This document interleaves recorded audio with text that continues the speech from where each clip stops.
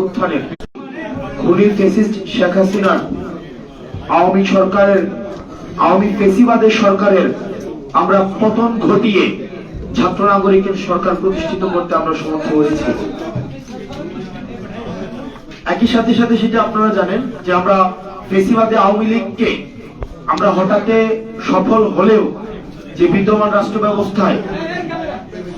ফ্যাসিবাদী যে কম্পোনেন্টস গুলো রয়েছে, যে উপাদানগুলো রয়েছে আমাদের রাষ্ট্র কাঠামোতে, সেই উপাদানের কিন্তু সম্পূর্ণ বিলোপ ঘটেনি। গণ অভ্যুত্থানের আমাদের এক দফা ছিল ফ্যাসিবাদের বিলোপ এবং নতুন রাজনৈতিক বন্দোবস্ত, নতুন রাষ্ট্র কাঠামো গঠন, গণতন্ত্রকে প্রাতিষ্ঠানিক রূপ প্রদান এবং সাম্য মানবিক মর্যাদা ও সামাজিক সুবিচারে বাংলাদেশ গড়ার জন্য এখনো আমাদের কাজটা অসমাপ্ত রয়ে গিয়েছে।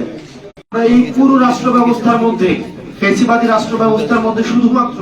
আমরা হাসিনার পতন ঘটাতে পেরেছি, গণভবনের পতন ঘটাতে পেরেছি, কিন্তু গণভবনের সাথে আমাদের রাষ্ট্র উপাদানের অন্যান্য যে বিষয়গুলো রয়েছে এবং এই ভূখণ্ডের মানুষের দীর্ঘদিনের লড়াই, সাম্য, সামাজিক ন্যায় বিচার এবং মানবিক মর্যাদার যে দীর্ঘ লড়াইটি রয়েছে, এই লড়াইয়ের আমরা কিন্তু চূড়ান্ত বিজয় অর্জন করতে পারিনি। আপনারা জানেন যে এই ভূখণ্ডের মানুষ 1947 সালের পাকিস্তান আন্দোলন, 1971-এর মহান মুক্তিযুদ্ধ, 1990-এর অভ্যুত্থানের মধ্য দিয়ে সব সময় একটি জুলুম ও শোষণহীন সমাজ ব্যবস্থার, রাষ্ট্র ব্যবস্থার আকাঙ্ক্ষা বারবার মানুষ ব্যক্ত করেছে। কিন্তু দুঃখজনক বিষয় হচ্ছে যে আমাদের বিদ্যমান যে রাজনৈতিক কাঠামো রয়েছে, আমাদের এই বিদ্যমান রাজনৈতিক কাঠামো এবং রাজনৈতিক দলগুলো এই মানুষের আশা আকাঙ্ক্ষাকে ধারণ করতে ব্যর্থ হয়েছে। একই সাথে সাথে মানুষের এই আশা আকাঙ্ক্ষাকে, গণমানুষের আশা আকাঙ্ক্ষাকে আমাদের বিদ্যমান রাজনৈতিক দল এবং রাজনৈতিক কাঠামো, একই সাথে সাথে আমাদের এই যে তরুণ প্রজন্মের ভাষা, মনস্তত্ত্ব, রাজনৈতিক বোঝাপড়া, আমাদের বিশ্ব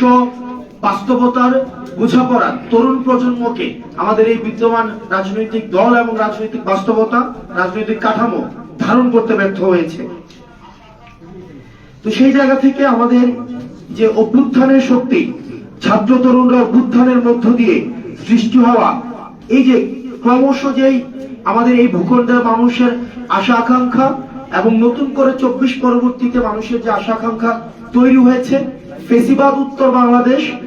যেখানে সাম্য, সামাজিক ন্যায় বিচার এবং মানবিক মর্যাদাকে প্রাধান্য রেখে আমাদের যে নতুন রাষ্ট্রকল্প মানুষ চিন্তা করছে এখন, সেটিকে ধারণ করে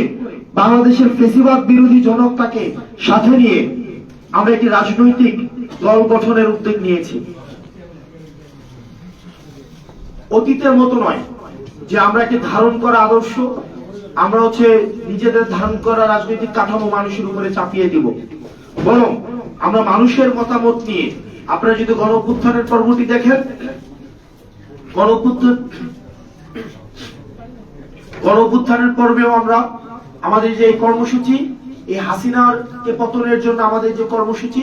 সেটি জনগণের অপ্রকাশিত ভাষাগুলোকে আমাদের যে দমিয়ে রাখা হয়েছে, টুটি চেপে ধরে রাখা হয়েছে, আমাদের মিডিয়াগুলোকে নিয়ন্ত্রণ করেছে। যা মিডিয়া বলতে পারতো না, যা বুদ্ধিজীবীর লেখনী থেকে লেখা হতো না, যা বিশ্ববিদ্যালয়ের শিক্ষকরা বলতে পারতো না, মিডিয়া যেগুলোকে প্রচার করতে পারতো না, যেগুলোকে একজন সভ্য সমাজের মানুষ সেগুলিকে প্রকাশ করতে পারতো না, দীর্ঘদিনের নিপীড়িত আমাদের যে কণ্ঠস্বরকে আমাদের এই তরুণ প্রজন্ম এই গণ অভ্যুত্থানের সময়ে আমরা ভাষা দিয়েছি, ঠিক একইভাবে